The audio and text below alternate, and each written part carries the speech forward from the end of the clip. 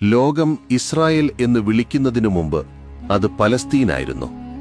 നൂറ്റാണ്ടുകൾ കാലം ജനങ്ങൾ സമാധാനത്തോടെ ജീവിച്ചിരുന്ന ഒരു നാട്.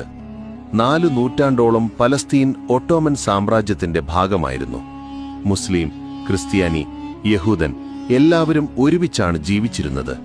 പക്ഷേ ആദ്യ ലോകയുദ്ധത്തിന് ശേഷം ബ്രിട്ടൻ അധികാരം പിടിച്ചു. അവരും 2 വാഗ്ദാനങ്ങൾ നൽകി. ഒന്ന് പലസ്തീനിലെ യഹൂദർക്കും, മറ്റൊന്ന് അവിടെ താമസിക്കുന്ന അറബുകൾക്കും. 1947 ഐക്യരാഷ്ട്രസഭ പലസ്തീനെ 2 ഭാഗങ്ങളായി വിഭജിക്കാൻ തീരുമാനിച്ചു. യഹൂദർ ആ പദ്ധതി അംഗീകരിച്ചു, അറബ് നേതാക്കൾ നിരസിച്ചു.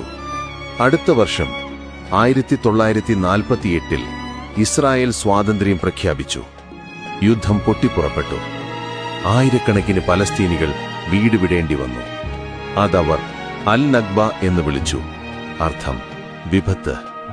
1967 വീണ്ടും യുദ്ധം. 6 ദിവസങ്ങൾ മാത്രം നീണ്ട ആ യുദ്ധത്തിൽ Israel Gaza, west bank, east Jerusalem എന്നിവ പിടിച്ചു. ആ ദിവസം പലസ്തീൻ സ്വന്തം നാടിൽ പട്ടാള അധീനതയിലായി.